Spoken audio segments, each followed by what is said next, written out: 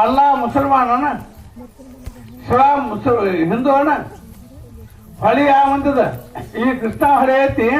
ಯಾವ ಮಂದಿದ ಅದ ಈಗ ನಾವು ಸೇವನೆ ಮಾಡುವಂತ ವಾಯು ಯಾವ ಮಂದಿದ ಅದ ಈ ಆಕಾಶ ಯಾವ ಜಾತಿದು ಈ ಬೂದೆ ಯಾವ ಮಂದಕ್ಕೆ ಏನು ಜಾತಿ ಅನಿಸೋದು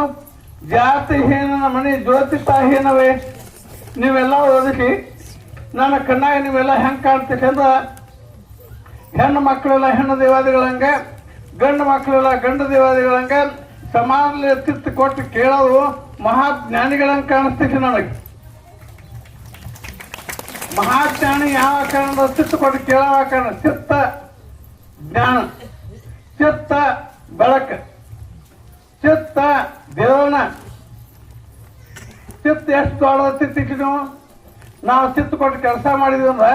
ಆಸ್ತಿ ನಮ್ಮನ್ನು ಬೇಯಂಗಿಲ್ಲ. ನಾವು ಚಿತ್ತ ಹೊಟ್ಟೆ ಮನಸ್ಸದ ಕಡೆ ಮಾಡಿ ಉಪ್ಪ 2 ಸಲ ಹಾಕಿದೇವ ಅಂದ್ರೆ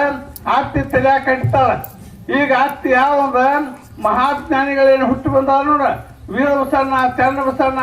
ನಿಮ್ಗೆ ಆಸ್ತಿ ಉಳಿದಂಗ ಅವು ಏನ್ ಹೇಳಕ್ ಬಂದಂದ್ರ ಎಷ್ಟು ಉಪ್ಪು ಹಾಕ್ಬೇಕು ಅಟ್ಟ ಹಾಕಿ, ಎಷ್ಟು ಕುದಿಸ್ಬೇಕು ಅಟ್ಟ ಕುದಿಸ್. ಇದು ಒಳಗ ಅಡಿಗೆ ಆಗೋದ